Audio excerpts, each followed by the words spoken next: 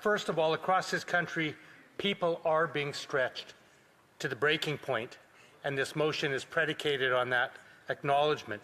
The cost of essentials, from groceries to rent to energy, continues to soar. Half of Canadians are living paycheck to paycheck. That's a fact I mention often in this place because I think it's profound. I want to emphasize that. Half of Canadians are 2 paychecks away from economic disaster. 1 in 4 parents are cutting back on their food or skipping meals themselves to feed their children. And this is in a G7 country that my colleagues on the Liberal side of the House call an energy superpower, where 25% of parents can't get enough food to eat because they're worried about their children. I also agree very much that Canadians need immediate relief from this affordability crisis. I further agree that after 11 years of Liberal government, at a certain point, you have to ask yourself who's responsible for the current situation. Who is accountable for the policy decisions that have got us to this position? They didn't just happen. It's not only a cause of external factors, it's a result of 11 years, I think, of misguided policies and lack of action by the Liberal government on the very basic foundations of affordability that have caused so many Canadians to be struggling today. However, I do think that the Conservatives are proposing an ineffective measure that amounts to a corporate giveaway with no guarantee that any savings actually will reach consumers, and which also sets back environmental progress even more than is already the case under the current Liberal government. I'll start here. Conservatives want Canadians to believe that this is simply about taxes and regulation, but the evidence tells a different story. Gas prices are not set principally by tax levels or even basic supply and demand. They are shaped by global oil markets, financial speculation, and the pricing power of a highly concentrated industry.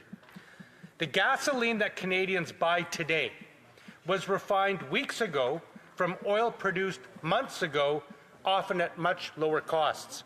Yet, prices at the pump can rise quickly in response to global events and market expectations, long before any real change in physical supply or production costs occurs.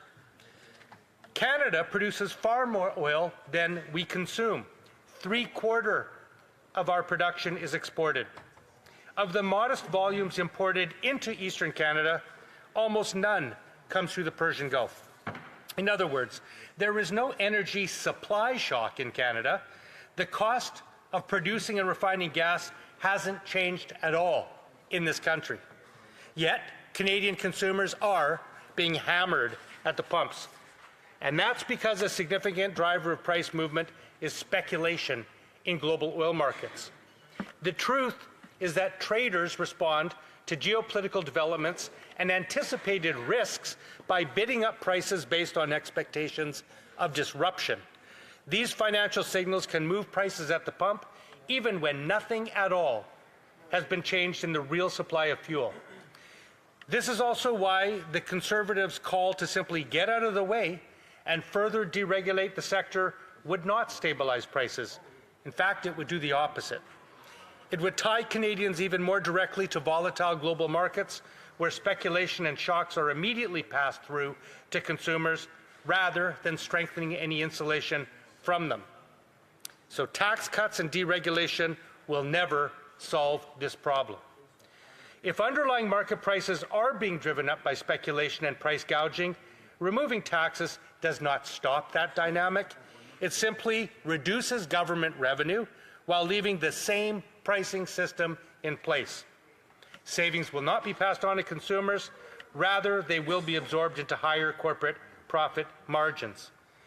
Now, what I've just said isn't just theory. We've already seen this approach fail to lower prices for Canadians in real time recently. The Liberal government temporarily suspended the fuel excise tax on April 20th at a cost of approximately $2.4 billion, claiming it would reduce gas prices by 10 cents per litre. Instead, prices have continued to increase while oil and gas giants continue to post record profits. When the suspension came into effect, the national average gas price was $1.69.1 per litre. Today, the national average price is $1.83 per litre. In Vancouver, where I live, a litre of gas is routinely now over $2. The result of the Liberals removing the excise tax since April 20th so far is prices have gone up. Not a single consumer in Canada has benefited from the Liberal move. And this was predicted by New Democrats at the very time this excise tax reduction was put in place. This experience demonstrates a key point. When underlying market prices are driven by speculation and price gouging, tax cuts do not reliably translate into lower prices at the pump. And that's one of the key flaws of the Conservative motion here today, who seeks to do that even more so. Now, instead, the benefit, that is the reduction in excise tax, can be absorbed into higher margins in an already highly profitable sector. I have no doubt that oil companies have already absorbed at least a portion of that 10-cent excise tax reduction. Certainly, there was nothing in the Liberals' measure to stop them from doing that, and as I've said already, the proof is in the pudding. Prices have gone up since the Liberals said their measure would take prices down. So while Canadians struggle with affordability, oil and gas giants are positioned to capture massive windfall gains. Some $90 billion in profits of Canadian oil companies this year. They were slated to make $30 billion in profits this year and are expected an additional $60 billion in profits as a result of the U.S.-Israeli war on Iran. And yet Conservatives want to hand these same corporations another tax break with no mechanism that's guaranteed to ensure consumers benefit, and the Liberals consistently refuse to bring in a windfall profits tax on the oil and gas companies and use those funds to provide real relief to Canadians who desperately need it. There's no question that Canadians need relief. The real question then is, how do we make sure that relief reaches working people instead of padding corporate balance sheets? Rather than writing a blank check to oil giants, the government should look at measures to cap prices at the pump, crack down on profiteering, and ensure savings are actually passed on to consumers. Other countries, and Canada itself in past moments of crisis, have recognized this basic principle. When extraordinary windfall profits are generated by crisis-driven price strikes, the public has a right to recoup a fair share of those gains rather than allowing them to be fully privatized. They have a right to expect their governments will protect them from what's called war profiteering. We've done this before. During both world wars, the Canadian government used excess profits measures to ensure that wartime windfalls were redirected toward the public good and the national effort, not captured by private interests. More recently, during the COVID pandemic, the Liberal government itself imposed an excise profits tax on major banks, recognizing that extraordinary gains during a national crisis should not simply remain as private profit. New Democrats believe respectfully that the same principle applies today in the oil and gas sector. I want to just pause for a moment and say this motion also calls on the government to permanently scrap the clean fuel standard. That standard requires primary fuel suppliers, refiners, and importers to progressively reduce the life cycle carbon intensity of the gasoline and diesel they produce and sell. This measure aims to cut greenhouse gas emissions by 30 tons annually by 2030.